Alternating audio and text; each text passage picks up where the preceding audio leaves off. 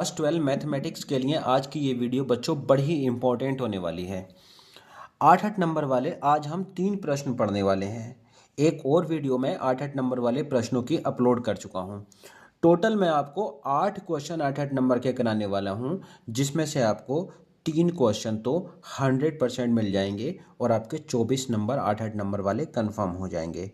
एक और सीरीज़ मेरी चल रही है जिसमें मैं 5-5 नंबर के अब तक 10 क्वेश्चन करा चुका हूँ। उसमें भी मैं आपको 5 नंबर वाले की एक वीडियो और अपलोड करूँगा और उसमें भी आपके जो 5-5 नंबर वाले आपके जो क्वेश्चन आते हैं वो भी सब उन्हीं वीडियो से ही आएंगे, क्योंकि मैं बहुत ही रिसर्च करने के बाद क्वेश्चन सेलेक्ट कर रहा हूँ कि वो 100% ही ये आपके बोर्ड एग्जाम में आएंगे। देखो 8-8 नंबर वाले में कभी कभी क्या होता है कि उसके एक पार्ट में 2 पार्ट बने होते हैं, यानी 8 नंबर वाले के 4-4 नंबर में तोड़ा हुआ क्वेश्चन होता है। उसी तरीके से ये एक क्वेश्चन हमने लिया है, ये 4 नंबर का आएगा, डायरेक्ट 8 नंबर का नहीं आएगा। ये आपको क्वेश्चन मिलेगा 4 नंबर का। तो एक क्वेश्चन हम करेंगे, क्वेश्चन 1 करेंगे, उसके 2 पार्ट हम लेंगे। पहला पार्ट है ये 4 नंबर का, एक और पार्ट लेंगे इसका 4 नंबर का। तो चलिए स्टार्ट कर देते हैं। समाकलन log 1 + 10x dx को हमें क्या सिद्ध करके देना है? π/8 log 2 सिद्ध करके देना है। तो इसकी आप LHS ले लो। LHS है हमारे पास 0 से π/4 log 1 + 10x। इस LHS से हम π/8 log 2 सिद्ध करेंगे। ठीक है, तो P4 क्या होती है हमारे पास? प्रॉपर्टी 4। P4 से एक बार लिख भी देते हैं उसको, 0 से a f(x) dx। देखो इसका जो सेकंड क्वेश्चन होगा वो बहुत इंपॉर्टेंट होगा, आप वीडियो को पूरा देखना, क्योंकि सेकंड क्वेश्चन 100% आपके एग्जाम में आया हुआ मिलेगा, इसलिए उसको स्किप मत करना। तो ये हमारे पास प्रॉपर्टी होती है P4। F x d x को हम F A minus x d x लिख सकते हैं, समाकलन 0 से लिमिट ए। अब यहाँ पर देख लो लिमिट कितनी है हमारे पास? पाई है, तो हम इसको आई मान लेते हैं। तो आई इज इक्वल टू हम क्या लिख सकते हैं? 0 से π/4 log 1 + 10, जहाँ x है उसकी जगह आप क्या लिख दोगे? आप π/4 माइनस एक्स। डन हुआ। यहाँ पर एक फॉर्मूला अप्लाई कर दो आप, tan a - tan b का। tan a - tan b का क्या फॉर्मूला होता है? tan ब्रैकेट a - b का फॉर्मूला मैं लिख देता हूँ यहाँ पर, 0 to π/4 log 1 + इसको लिखो आप tan a - tan b, यानी b की जगह x है और a की जगह π/4 है, बटे 1 + tan a यानी π/4 इंटू tan x। ठीक है, यहाँ तक। tan π/4 का मान कितना लगा देंगे हम? 1 लगा देंगे इसमें। तो 0 से π/4 समाकलन log 1 + tan π/4 का मान 1 हुआ, minus tan x upon 1 + tan π/4 का मान 1 इंटू tan x हुआ। ठीक है, यहाँ तक। एक काम करो, इसके नीचे 1 लगा के भिन्न बना दो। देखो 1 की tan x में गुणा करेंगे तो 1 + tan x ही आएगा। यहाँ पर एक लाइन अगर आप और बढ़ाना चाहते हो तो इसमें बढ़ा दो, कोई फर्क नहीं पड़ेगा। 0 से π/4 log bracket 1 + 1 minus tan x upon 1 + tan x। ठीक है, यहाँ तक। अब इस एक के नीचे 1 लगा के भिन्न बना दो इसकी, तो 1 + tan x इधर आ जाएगा। तो ये लिखा जाएगा अब 0 से π/4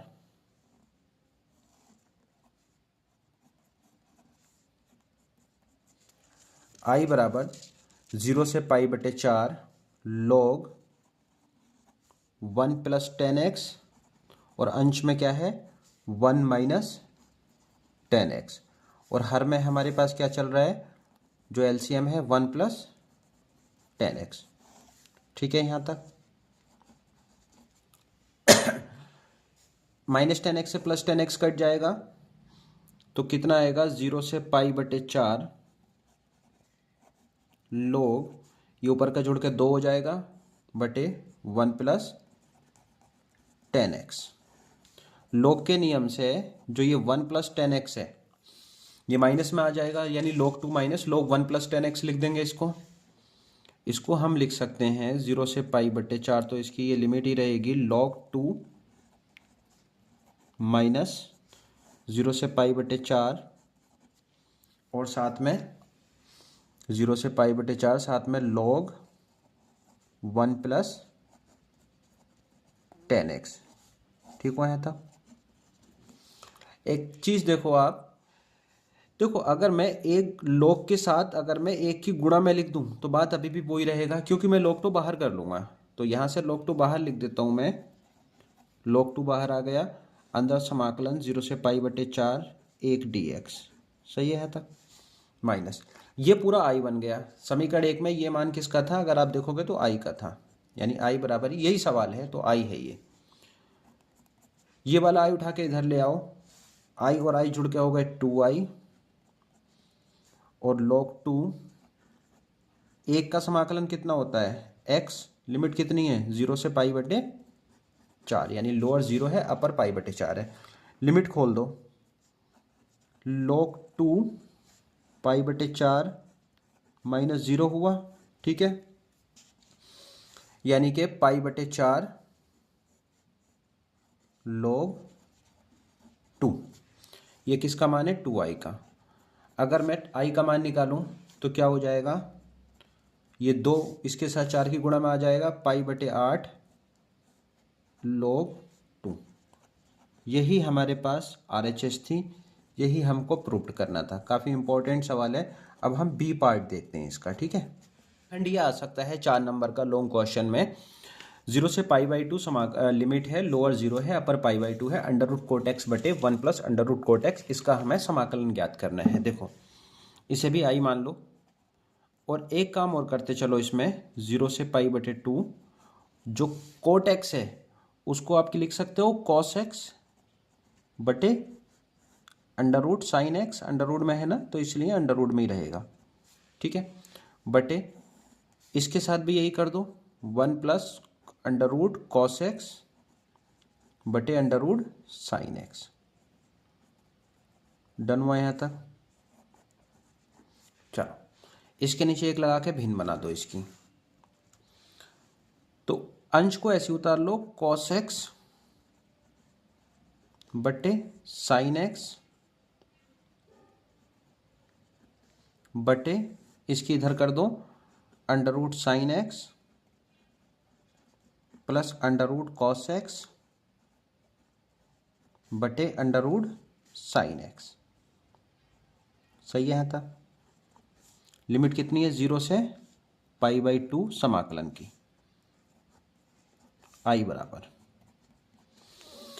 अच्छा देखो साइन एक्स है तो साइन एक्स कट कर दो, क्या बचेगा कॉस एक्स बटे under root sine x plus cos x. हमारे पास बचेगा कॉस एक्स बटे under root sine x plus cos x, cos x बटे under root sine x plus cos x. Limit कितनी है 0 से पाई बटे 2। एक काम करो इसमें आप P4 लगा दो। अब ये I बराबर चल रहा है हमारे पास, जो अभी P4 हमने लगाई थी P4 से,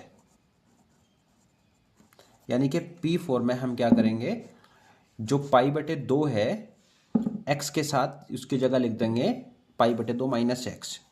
तो अब क्योंकि अभी अभी मैंने आपको पहले पार्ट में ही P4 समझाई भी थी, नहीं हाँ P4 पहले पार्ट में हमने लगाई है। एक बार चलो अगर आप बोलोगे तो मैं लिख देता हूँ 0 से a f of x dx 0 to a f of a minus x dx, ये P4 है, ठीक है। इससे ही हम ये सवाल सॉल्व कर लेते हैं। चलो तो अंडर रूट कॉस के साथ x है, यानी कि क्या लिखोगे पाई बटे 2 माइनस एक्स हो गया बटे, ठीक है, under root sine x, sine x की जगह पाई बटे 2 माइनस एक्स प्लस कॉस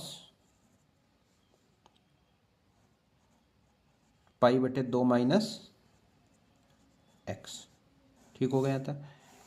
समाकलन किसका है ये? 0 से पाई बटे 2 का। ठीक है।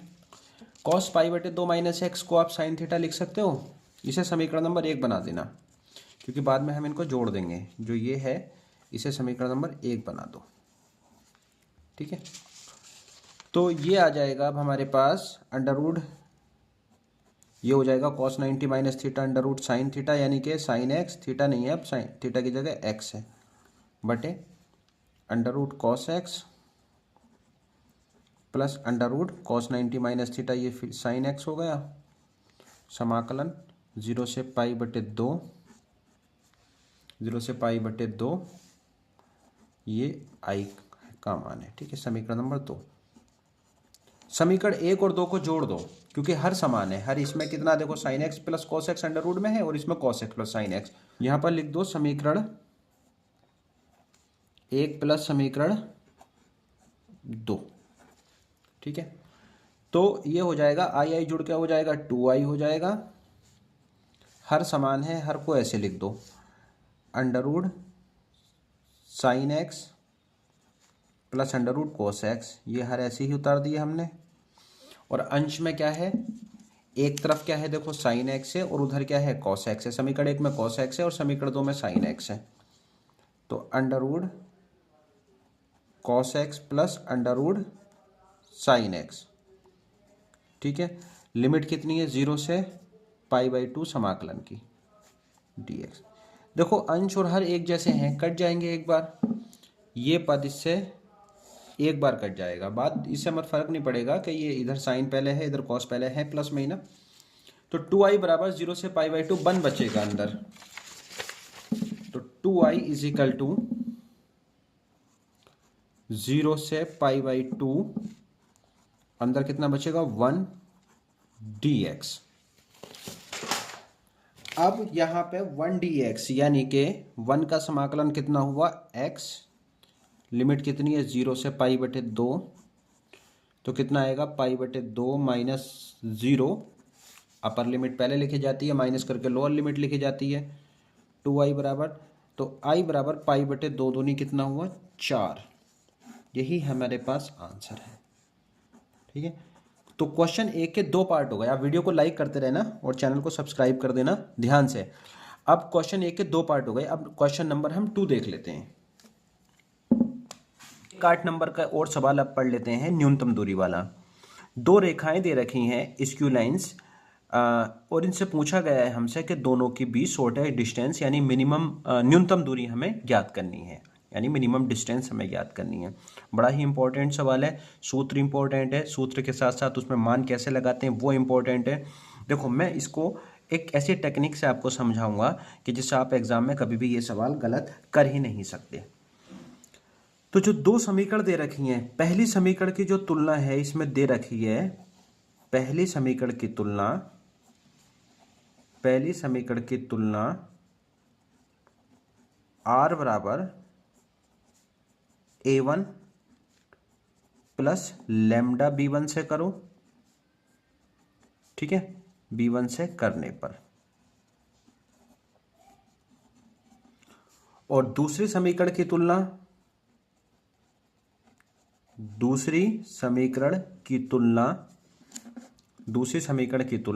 r बराबर a2 प्लस म्यू b2 से कर दो। म्यू b2 से करने पर देखो यहां तक ये जो देख रहे हो आप, ये है a1। तो a1 इज इक्वल टू है i प्लस j। ठीक है। ये जो है ये है a2 जो कि दूसरी समीकरण में है। तो a2 बराबर है 2i plus j minus k। ठीक है। था। और b1 क्या है? ये आपका b1 है। b1 है 2i minus j plus k। और b2 कितना है? b2 है ये वाला 3i minus 5j plus 2k, 3i minus 5j plus 2k, 3i minus 5j plus 2k। Point समझना, डिस्टेंस का सूत्र तो मैं आपको लिखा दूंगा, लेकिन उस डिस्टेंस के सूत्र में सबसे इंपॉर्टेंट चीज ये है कि उसको कैसे आप यूटिलाइज करेंगे। तो आपको क्या क्या पॉइंट निकालने पड़ेंगे, टोटल आपको इसमें 3 पॉइंट निकालने पड़ेंगे, वो पॉइंट मैं आपको बता रहा हूं। पहली चीज इसमें निकालोगे b1 क्रॉस b2, सदिश गुणनफल b1 और b2 का सार्डिक मेथड से i j k। यहां पर नोट कर लो कि i का गुणांक j के गुणांक b1 वगैरह में कितने हैं। b1 में i का गुणांक है 2, j का -1 और k का 1, यानी 2 माइनस 1 1। b2 में देख लो क्या है, 3 माइनस 5 2, यही मान है b2 में, 3 माइनस 5 2। चिन्ह लिखने का तरीका क्या है, प्लस माइनस प्लस, यही होता है ना इसको हल करने का। तो लिखो i 2 एकम 2 माइनस के, बीच में माइनस आ गया, -5 एकम 5 माइनस 5, जब 2 माइनस एक साथ आएंगे तो छोटा ब्रैकेट दे दो, ठीक है। माइनस, ये माइनस आ गया सूत्र का j, इसकी इसमें गुणा, 2 दूनी 4, बीच में माइनस, 3 एकम 3, प्लस आ गया k, और -5 दूनी -10, बीच में माइनस आ गया, 3 एकम 3, एक माइनस और आ गया, तो ब्रैकेट यहाँ पर दे दो, ठीक है। यहाँ तक इसे थोड़ा सा सिंप्लीफाई कर लो, -2 प्लस 5 हो गया, माइनस j, 4 में से 3 गया 1, plus k, -10 minus minus plus 3, ठीक है यहाँ तक। तो 5 में से 2 गया, आपके 3i बच गए, 3 बच गए, माइनस j, एक को लिखेंगे नहीं, और ये 10 में से 3 गए, 7 बचे, माइनस के आ गए, ठीक है। ये हमने निकाला पॉइंट नंबर 1, यानी b1 क्रॉस b2, ये है हमारा पॉइंट नंबर 1। पॉइंट 2 देख लो, इन सब की जरूरत पड़ेगी, ध्यान रखना आप। पॉइंट 2 में इसका मापांक निकालना है, b1 क्रॉस b2 का मापांक। तो आसानी से अंडर रूट लगा देंगे, i के गुणांक का वर्ग यानी 3 का वर्ग, j के गुणांक का वर्ग यानी -1 का वर्ग, प्लस k के गुणांक का वर्ग यानी -7 का वर्ग, ठीक है। तो 3 का वर्ग 9, 1 का वर्ग 1, 7 का वर्ग 49, ठीक है। 49 और 1 50, 9 59 हो गए अंडर रूट में, कितने हो गए अंडर रूट में 59। ये क्या है, b1 cross b2। Point number 3 समझ लो, 2 पॉइंट समझ गए। पॉइंट 3 में आप a2 माइनस a1 निकालो, क्या निकालो, a2 minus a1, a2 minus a1। a2 कितना है, a2 है 2i plus j plus k, और a1 कितना है, i प्लस j। तो 2i से तो i घट के i बचेगा, j से तो j कट जाएगा, 0 बचेगा, 0j कह लो उसको, और माइनस k ऐसे लिखा जाएगा, यानी कि 2i से i घटा i plus 0j minus k, यानी ये आएगा i plus 0j minus k, ठीक है। घटाने के बाद तीनों पॉइंट आ गए हमारे पास। अब इसका सूत्र लगा लेते हैं हम, जो सूत्र क्या है वो आप समझो। आप बीच की दूरी का जो सूत्र है वो है d बराबर b1 क्रॉस b2 डॉट, समझते रहे ना, डॉट a2 माइनस a1, यानी अदिश गुणनफल है इनके साथ, इसलिए मैंने ये 3 निकाले थे, बटे b1 vector cross b2 vector का मापांक। देखो मैं ये निकाल चुका हूँ, ये निकाल चुका हूँ, ये निकाल चुका हूँ, बाद में इसे हल करने के बाद इसका मापांक यानी धनात्मक राशि आएगी। दूरी तो हमेशा धनात्मक ही आती है। मान उठा लो, b1 क्रॉस b2 का मान कितना है, b1 क्रॉस b2 का मान 3i minus j minus 7k, 3i minus j minus 7k dot A2 minus A1 का मान कितना है, I प्लस 0J माइनस के, I प्लस 0J माइनस के। मापांक का मान कितना है, B1 क्रॉस B2 के 59, ये है अंडर रूट 59। ठीक है, इस सब का मोड है, ये मोड आ गया है यहाँ पर आई के साथ, यानी 3 की 1 में करेंगे 3 हुआ, और माइनस यहाँ 1 लगा सकते हैं, तो -1 की 0 में करेंगे तो 0 ही हुआ। ठीक है, -7 की -1 में करेंगे +7 हुआ, अपॉन अंडर रूट 59, और ये सब काय में है धनात्मक, यानी कि 7 में 3 जोड़ोगे तो कितना आएगा, 10 आ जाएगा, यानी कि 10 बटे अंडर रूट 59। वर्ग, बीच की दूरी इकाई में आएगी, क्षेत्रफल होता तो वर्ग इकाई में आता। अब कई किताबों में इसका परिमेकरण हुआ भी हो सकता है, तो अंडर रूट 59 से परिमेकरण कर दो इसका, यानी अंडर रूट 59 से अंश हर में गुणा कर दो। यहां से तो आप देखोगे ये अंडर रूट हट जाएगा, तो 10 हर से अंडर रूट हट जाएगा, तो 10 अंडर रूट 59 बटे 59 आंसर। अब देख लेते हैं तीसरा क्वेश्चन। इकाई लिख देना है यहां पर, क्योंकि दूरी इकाई में ही आती है। ठीक है, 8 नंबर का ये सवाल है अवकलन समीकरण का। बस भागना मत वीडियो से अब, क्योंकि 2023 में आ चुका है, 24 में नहीं आया तो 25 में कंफर्म है। और इतने आसान तरीके से मैं आपको ये समझाऊंगा कि आप बोलोगे सर जब अवकल समीकरण के इतने आसान सवाल हैं तो हम आखिर क्यों नहीं पढ़ते हैं। तो देखिए, मैं आपको उस चीज़ का भी जवाब देता हूं। आप पहले सवाल देखिए। सवाल है dy बटे d x plus y cot x बराबर 4x कोसेक एक्स। यदि y बराबर 0 है, जब x बराबर पाई बटे 2 पर हमें विशिष्ट हल ज्ञात करना है इसका। विशिष्ट हल, अगर नॉर्मल हल निकालना होता तो ये लिमिट नहीं दे रखी होती, लेकिन अब विशिष्ट हल हमें निकालना है। चलिए समझ लेते हैं सवाल को। समीकरण उतार लो, क्या दे रखी है, dy बटे d x plus y cot x बराबर 4x कोसेक एक्स। डन, यही समीकरण है ना। चलो समझो अब इसे। इसकी जो तुलना है, समीकरण की तुलना दो समीकरण होती है तुलना करने के लिए। एक होती है dy बटे d x plus p y बराबर क्यू, एक होती है डी एक्स बटे d y plus p x बराबर क्यू। अब बोलोगे सर दोनों में फर्क क्या, देखो जब डी वाई बटे डी एक्स है तो हम उसी से ही तो तुलना करेंगे।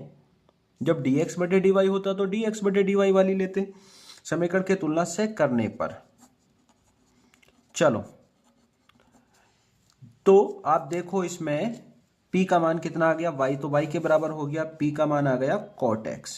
क्या आया, cot x। और q का मान क्या आया, q का मान है 4x cosec x, 4x cosec x, दोनों मान आ गए। इसके स्टेप होते हैं दो निकालने के लिए, वही मैं आपको बता रहा था। आपने एक बार स्टेप समझने हैं, तो चलिए पहला स्टेप क्या है निकाल लेते हैं। पहला स्टेप है इसमें IF निकालो, यानी इंटीग्रेटिंग फैक्टर, समाकलन गुणांक IF, जिसका सूत्र याद होना जरूरी है। IF बराबर होता है E समाकलन P dx। अगर dx बटे dy से तुलना की गई होती है तो यहां पर y लगा देते हैं, e की घात समाकलन, p का मान कितना है cot x, यहां पे लिख दो cot x dx। भाई ये मत कहना कि हमें cot x का समाकलन नहीं आता है। cot x का समाकलन होता है log sin x। ई से log बराबर हो जाएगा, यानी कि नियम यही है, ई की घात जब log में होती है तो जो अंदर फंक्शन होता है बस वही लिखा जाता है, तो केवल sin x आ गया हमारे पास स्टेप 1 में IF का मान। स्टेप 1 समझ आया अच्छे से। स्टेप 2 समझ लो, IF याद रखना ये है।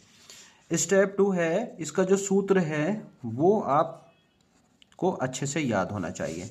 सूत्र है y गुणा IF बराबर समाकलन q गुणे IF dx प्लस c। ये भैया इसका सूत्र है, बस हो गया सवाल, कुछ नहीं है सवाल में। y गुणा IF का मान कितना है sin x, q का मान कितना है, q का मान है 4x cosec x, 4x cosec x गुणा आई एफ का मान कितना है, ऊपर ही लिख रहा है साइन एक्स प्लस सी। सही है।